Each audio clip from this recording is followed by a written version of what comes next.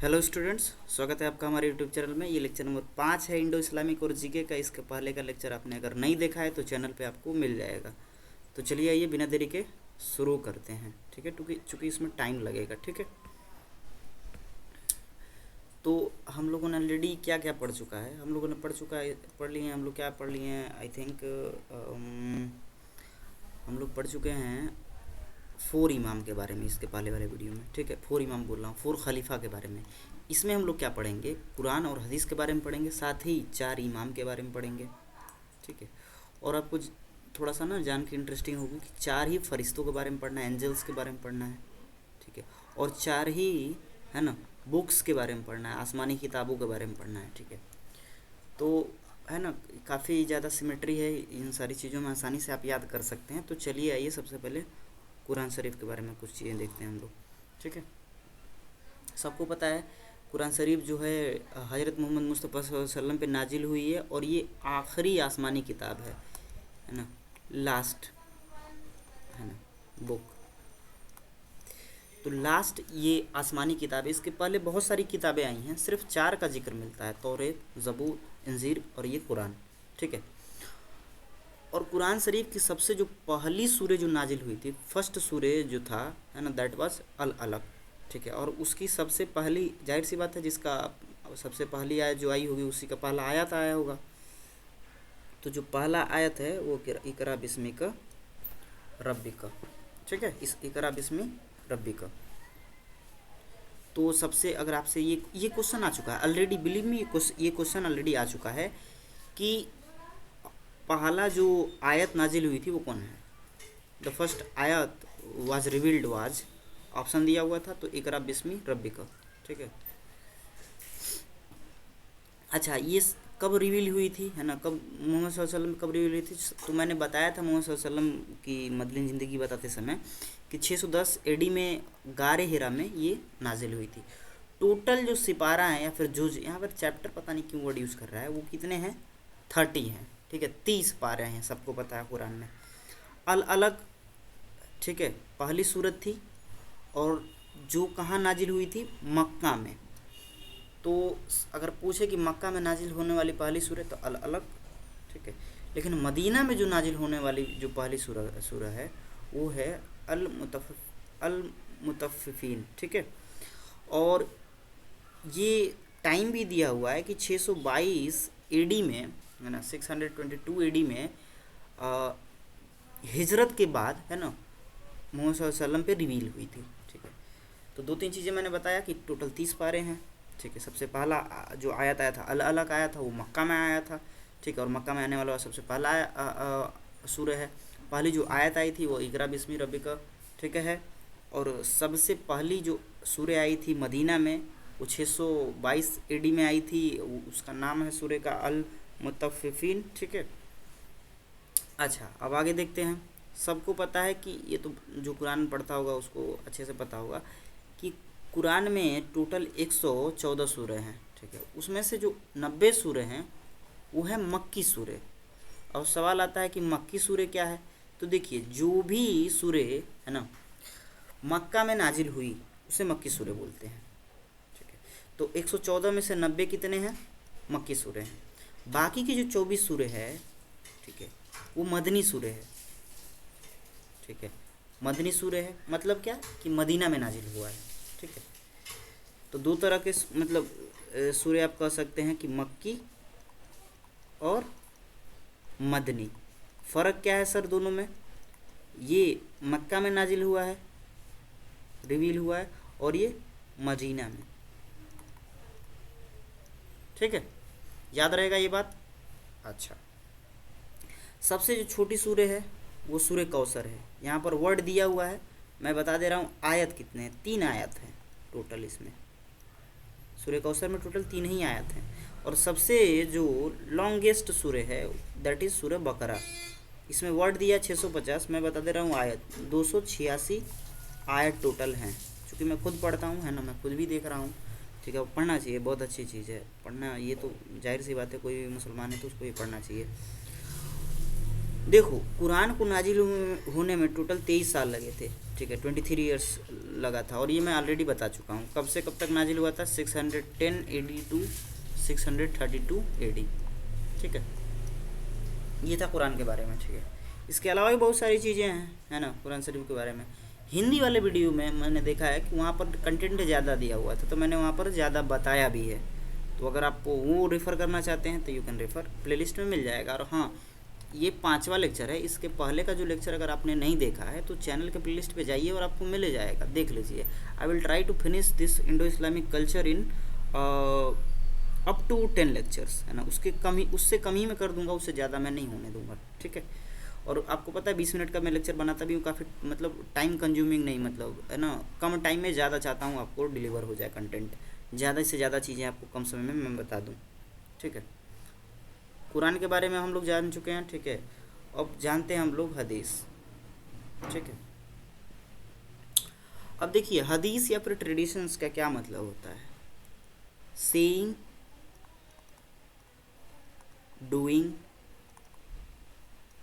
हैं, of profit Mohammad सल्लल्लाहु अलैहि वसल्लम इज कॉल्ड हदीथ। वन वर्ड, या ना, इससे बढ़िया कोई डेफिनेशन नहीं हो सकता। मोहम्मद सल्लल्लाहु अलैहि वसल्लम के द्वारा जो बातें कही गई, जो उनके द्वारा काम किया गया, दैट इज हदीस।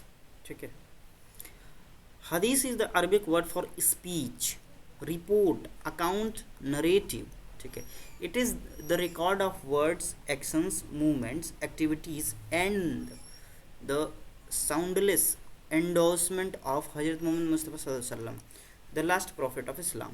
ठीक है, तो ये किस चीज़ का रिकॉर्ड है भाई, जो उन्होंने वर्ड्स मतलब बातें कहीं, उन्होंने जो काम किया, एक्शंस उनके जो है ना, मूवमेंट्स थे, जो उनकी एक्टिविटीज़ थी। ठीक है, और साउंडलेस जो एंडोर्समेंट थी, उसी को हम लोग हदीस कहते हैं। ठीक है, within the Islam authority of hadith is a source of religious law and moral guidance. ठीक है, सबको पता है कि हदीस रिलीजियस लॉ, है ना, शरिया आप समझते होंगे चीज़, तो आप ये जानते होंगे, और मोरल गाइडेंस का एक बहुत ही अच्छा सोर्स है।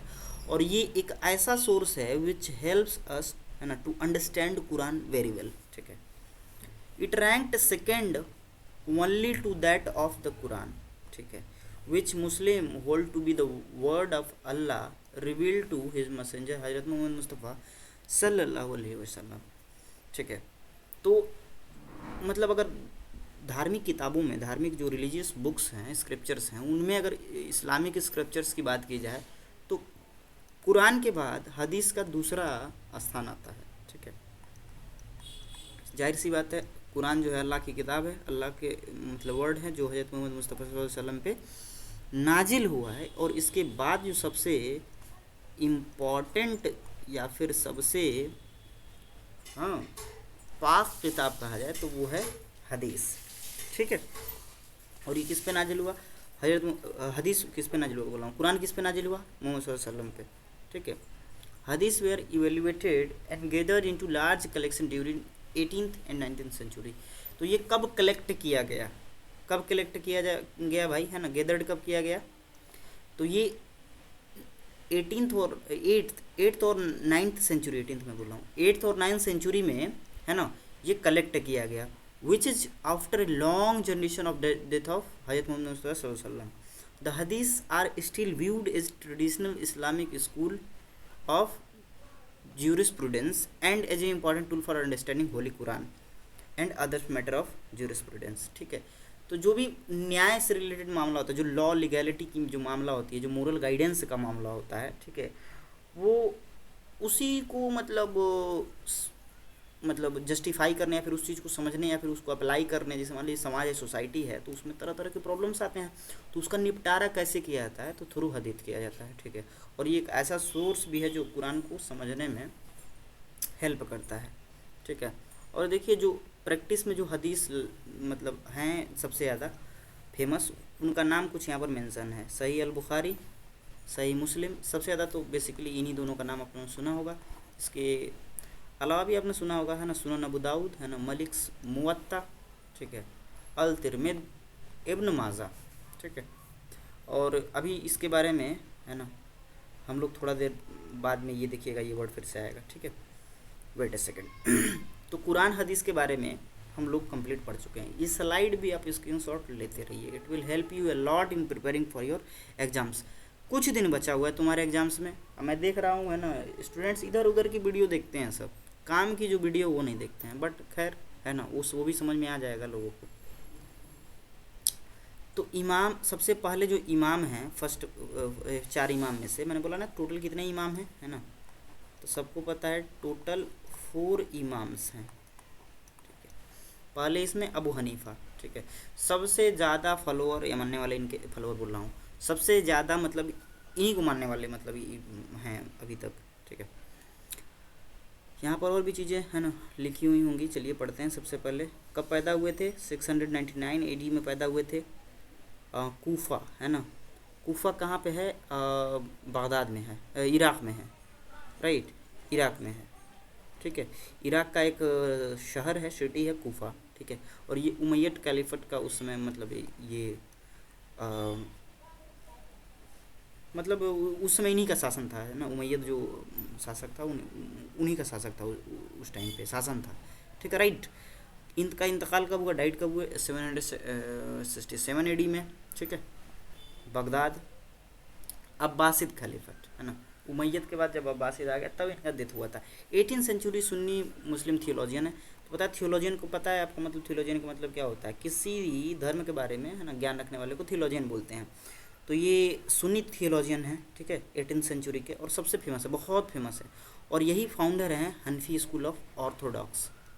ठीक है, सुन्नी ज्यूरिस्प्रूडेंस। ठीक है, ये है ना आपसे पूछा जा चुका है, इससे रिलेटेड बेसिकली क्वेश्चन पूछा जा चुका है, और हो सकता है आने वाले समय में या फिर इसी साल इससे रिलेटेड क्वेश्चन पूछ दे, तो इसको तैयार करके जाइएगा कि इसके फाउंडर कौन थे, Hanafi school of orthodox and Sunni prudence. तो इमाम अबू हनीफा। अच्छा, ये सबसे है ना most widely practised law school in Sunni tradition and most liberal in practice. तो सबसे ये ही वर्ड यूज किया था और क्वेश्चन पूछा था, सबसे most liberal practice law school कौन सा है, तो हनफी स्कूल ऑफ ऑर्थोडॉक्स। ठीक है, ये क्वेश्चन पूछा जा चुका है ना, यही क्वेश्चन था, मैं कराया था, किस वीडियो में कराया था, किस लेक्चर में, आप कमेंट में बताइए। ठीक है, ही इज़ पॉपुलर एज अल इमाम अल अज़ाम। ठीक है, आज़म द ग्रेट इमाम, है ना, इनको ग्रेट इमाम के नाम से हम लोग जानते हैं। ठीक है, and Siraj al a imma, the lamp of Imam, है ना, द लैम्प ऑफ इमाम। सोचिए ये 2 वर्ड यूज कर रहा है, अगर इन दोनों वर्ड से रिलेटेड द ग्रेट इमाम किसे बोलते हैं, तो अगर पूछ दे क्वेश्चन तो आप ये याद रखिएगा। ठीक है, और द लैम्प ऑफ इमाम पूछ दे, हमें लगता है अगर यहाँ से क्वेश्चन पूछेगा ना, द लैम्प ऑफ इमाम किसे कहा जाता है, यही पूछेगा। ठीक है, हिज नोटेबल वर्क इज़ अल फ़िक़्ह अल अकबर। ठीक है, इनका जो सबसे प्रमुख काम जो है अल फ़िक़्ह अल अकबर है। ठीक है, और सबसे ज़्यादा मानने वाले हैं ना 80% मानने वाले इन्हीं को हैं। ठीक है, सबसे ज़्यादा तादाद इन्हीं की है, इन्हीं को मानने वाले की है। अच्छा, सेकेंड इमाम जो है मलिक, है ना, इमाम मलिक कब पैदा हुए थे, 711 में मदीना में, और मदीना में ही इनका इंतकाल हुआ 795 में। ये 8वीं सेंचुरी मुस्लिम ज्यूरिस्ट थियोलॉजियन हैं और हदीस के बहुत बड़े जानकार हुए हैं। ठीक है, इन्हें इमाम ऑफ मदीना मतलब बोला जाता था। वहाँ के कंटेम्प्रेरीज जो लोग थे, मतलब उस समय जो भी लोग थे, इनको मतलब बोलते थे।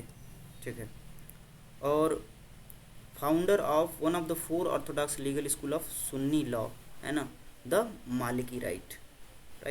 तो ये अगर क्वेश्चन इस बार पूछ दे तो आपको इसको याद रखिएगा। His famous compilation is Muwatta. आइए दिखाता हूँ एक चीज़, देखिए, ये मैं इसको बोल दिया था, अलमाज़ा बोल दिया था, अल मुवत्ता। अच्छा हाँ, वो भी आएगा। देखिए, तो ये जो हदीस की जो किताबें हैं अल मुवत्ता, ठीक है, यही सबसे, है ना, देखिए क्या लिखा हुआ है, one of the earliest surviving Muslim law book.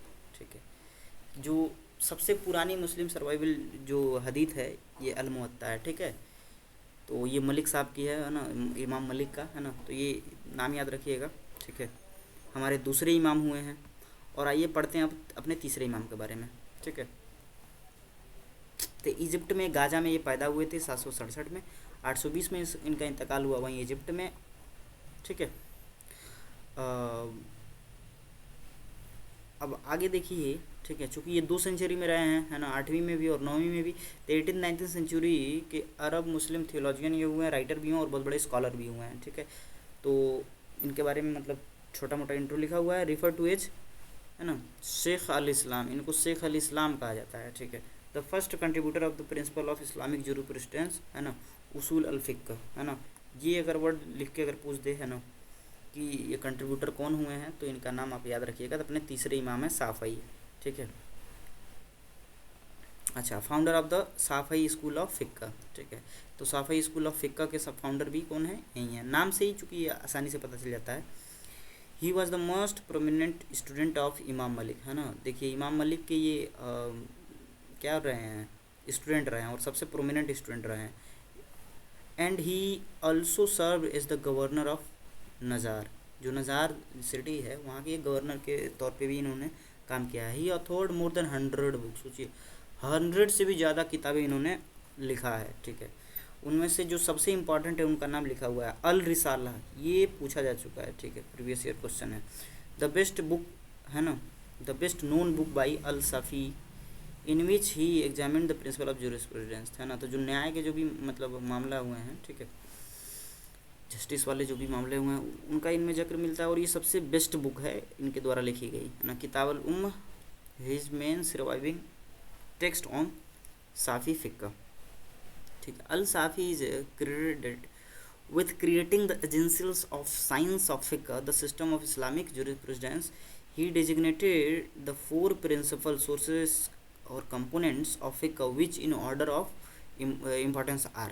देखिए, तो इन्होंने जो 4, है ना, ऑर्डर बताया है ना, 4 प्रिंसिपल का जो ऑर्डर बताया है वो नीचे दिया हुआ है। ठीक है, तो सबसे पहला जो इन्होंने दिया है इस ऑर्डर में कुरान को, जाहिर सी बात है कुरान को कोई भी 1 नंबर पे रखेगा।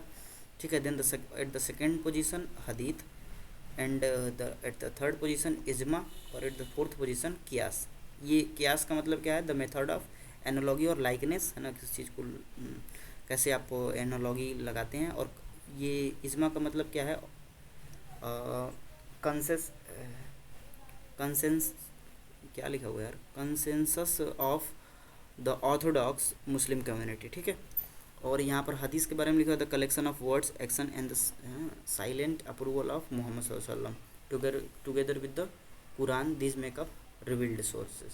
ठीक है, तो ये 4 जो इन्होंने, है ना, 4 प्रिंसिपल इन्होंने जो बता रखा है, ठीक है, वो यहाँ पर, है ना, करम से नीचे दिया हुआ है। ठीक है, आई होप समझ में आया होगा।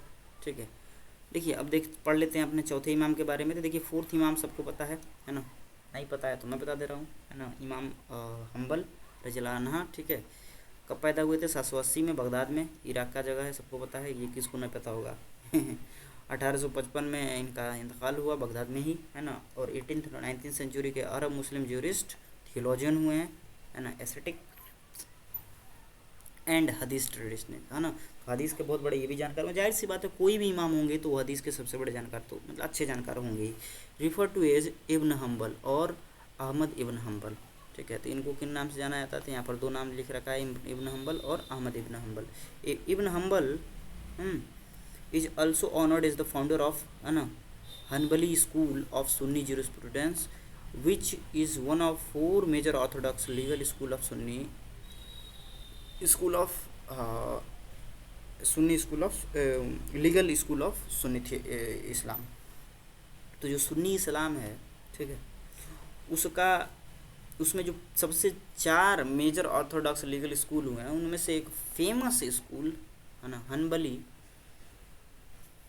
स्कूल जो है उसके ये फाउंडर रहे हैं। ठीक है, हिज रिनोड वर्क्स आर, है ना, उसूल सुन्ना, the founder of the foundation of the prophetic tradition and belief, किताब अल मसनक, है ना। ये किताब के बारे में अगर आपसे पूछ दे ना तो आई थिंक ये इम्पॉर्टेंट है, the book of rights of हज। ठीक है, ये हज पे किताब है, ठीक है, आई थिंक, है ना। अगर ये पूछ दे तो, है ना, आई थिंक आप इसको कर लेंगे। किताब अल ईमान, है ना, जो ईमान की किताब है इनकी, है ना, इस नाम से। द बुक ऑफ फेथ के बारे में बहुत कुछ बताया गया होगा कि आखिर व्हाट इज़ रियल में, आखिर फेथ क्या है, कलमा क्या है। फेथ का मतलब कलमा ही होता है, बिलीवर इन गॉड होता है।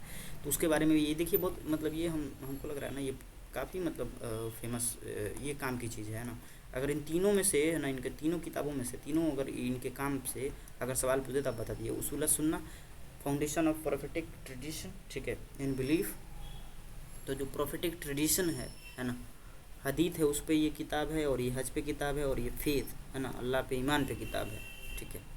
तो आई होप है ना यहाँ तक सब कुछ आपको समझ में आया होगा, है ना। Let me check something, okay, है ना। मेरा ये, मैं इतना कंटेंट लेकर आता ही हूँ कि 20 मिनट में है ना बहुत सारा कंटेंट डिलीवर कर दूँ, ठीक है, और मैं करता भी हूँ। आई ट्राई माई बेस्ट, है ना। अब आगे की वीडियो में आपको कल है ना बहुत सारा वीडियो मिल जाएगा, वीडियो शेयर कर दीजिए। ये कल हो सकता है 2 या 3 लेक्चर, दो लेक्चर मिले, 1 या 2 लेक्चर तो ज़रूर मिल जाएगा आपको इसी पे, ठीक है, इंडो इस्लामिक कल्चर पे। I will try to cover GK also, but इस वीडियो में नहीं, ठीक है।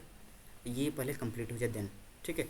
4-5 दिन बचा है, 4-5 दिन में बहुत कुछ किया जा सकता है, ठीक है। अभी तक मैं साइंस दबा के आप पढ़ रहे होंगे, बिलीव मी, लास्ट में ही पढ़ना चाहिए इंडो इस्लामिक और जीके, बिकॉज ये चीज़ें होती हैं भूलती हैं, क्योंकि ये फैक्ट्स होता है कम्प्लीटली, ठीक है, इसलिए ये चीज़ें भूल जाती हैं। तो इस वजह से हर कोई यही रिकमेंड करता है कि इसको लास्ट में पढ़ो, है ना, थोड़ा थोड़ा पढ़ते रहो, लास्ट में इसको अच्छे से रिवाइज कर लो, then go to in exam और अच्छे से परफॉर्म करो, है ना। आई होप आपका एग्ज़ाम अच्छे से हो, है ना। वीडियो पसंद आए तो लाइक कर दीजिएगा, शेयर जरूर कीजिएगा, है ना, कुछ कीजिए या ना कीजिए, शेयर प्लीज़ कर दीजिए। चलिए, थैंक यू।